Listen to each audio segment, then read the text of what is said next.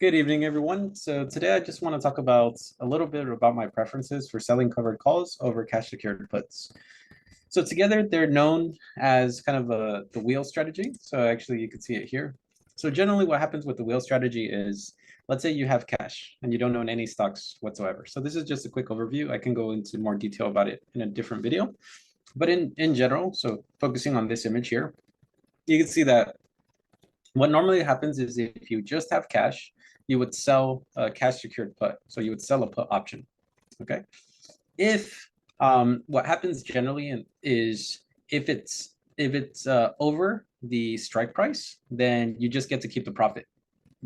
Similar to my previous videos where I've been talking about cash secured or covered calls, there's a premium or a rent, right? The premium or the rent that I've been referring to. So in this case, if you sell options, puts, if you sell puts, you also get a premium or a rent. So if it's above the strike price, then in both cases, actually, if it's above the strike price, you just get to keep the rent free, right? You don't have to do anything. You post collateral initially, you just have your cash, you post collateral. And at this point, you have no shares.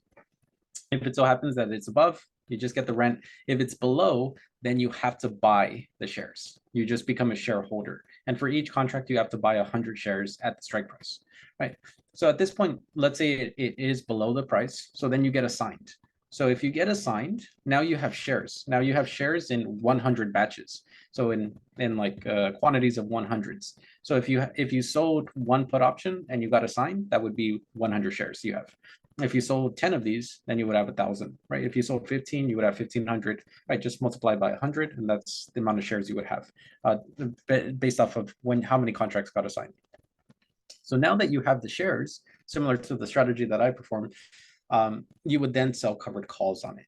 So you would go ahead and sell calls at a given strike price for a certain date. And then if it's above that price, they would cash you out. They would take away your shares and give you your cash, right? So they would purchase you out whatever your strike price was. Let's say if you bought a $10 stock and your strike price was 11, they would cash you out at 11, right? So you would no longer own those shares. They would just give you $1,100 per contract. But you would also get the premium, the rent, right? So then you would get assigned here. So then you no longer have any shares at that point, and you only have cash. So then you would once again sell put options until you got assigned shares, at which point you could sell covered calls and so forth and so forth. That's why it's called the wheel strategy, because it's cyclical in a sense.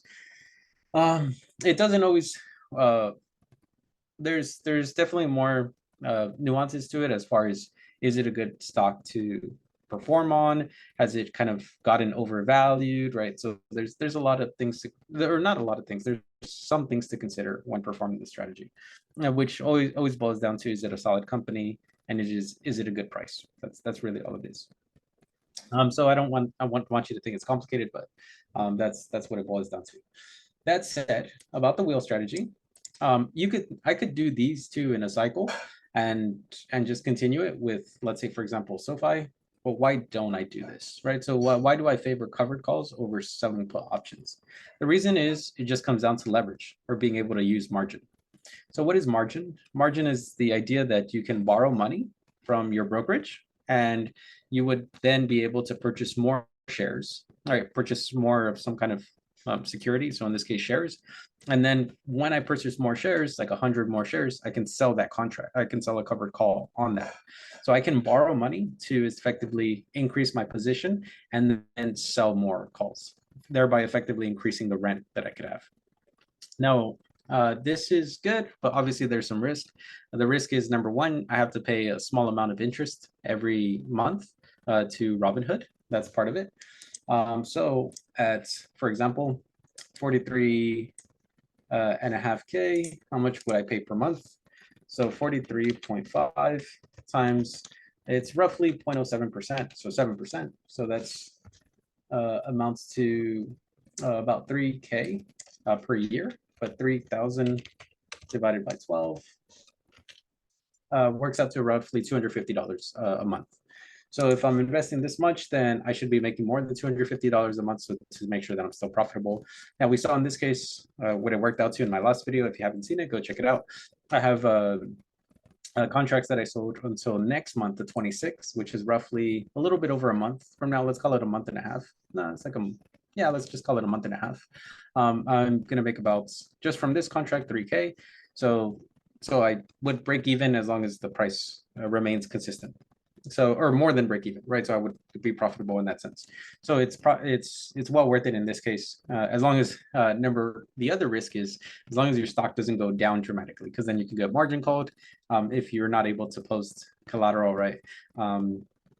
Or then you would have to close out your position. So that said, once again, why do I like covered calls? Because I'm able to leverage myself. I'm able to purchase twice the amount of shares and then sell twice the amount of calls. So I could sell twice the amount of covered calls.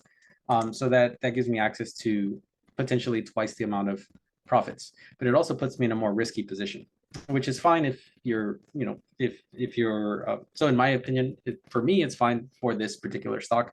I wouldn't do it on other stocks, especially if they have high margin requirements and so forth. So there's other factors to consider.